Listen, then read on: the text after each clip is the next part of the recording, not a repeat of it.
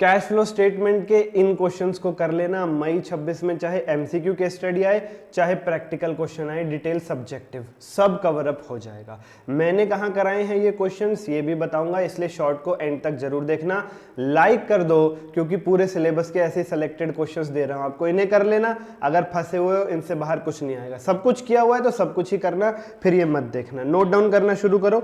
Number 1 topic wise बता रहा हूं, इस सीरीज के अंदर मैं आपको हर एक चैप्टर से टॉपिक वाइज बता रहा हूं कि किस टॉपिक से कहां से क्वेश्चन एक्सपेक्टेड है।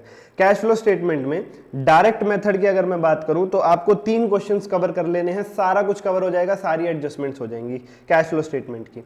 Illustration number 9 x limited cash account, illustration 10 ABC limited जिसमें ये पेपर का क्वेश्चन भी है और आरटीपी में भी है, और इलस्ट्रेशन 11 गामा लिमिटेड।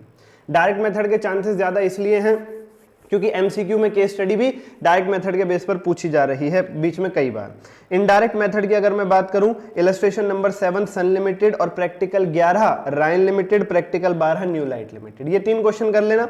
इन पे नेट प्रॉफिट बिफोर टैक्स भी आ जाएगा, प्रोविजन फॉर टैक्स भी आ जाएगा, एसेट अकाउंट भी आ जाएगा, एक्यूमुलेटेड डेप्शन अकाउंट भी आ जाएगा, इंटरेस्ट एक्रूड बेस पे, प्रोपोर्शनेट बेस पे वो भी आ जाएगा, डिविडेंड वगैरह सारी ट्रीटमेंट हो जाएंगी, प्रपोज डिविडेंड भी आ जाएगा, सब कवर हो जाएगा।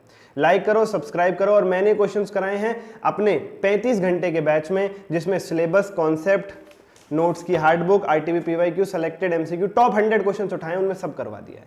नॉमिनल प्राइस है, पाने के लिए डीएम करना 8851007100, और ये आपका आखिरी चांस है। कमेंट करके बताओ अगला कौन सा बनाऊं। धन्यवाद।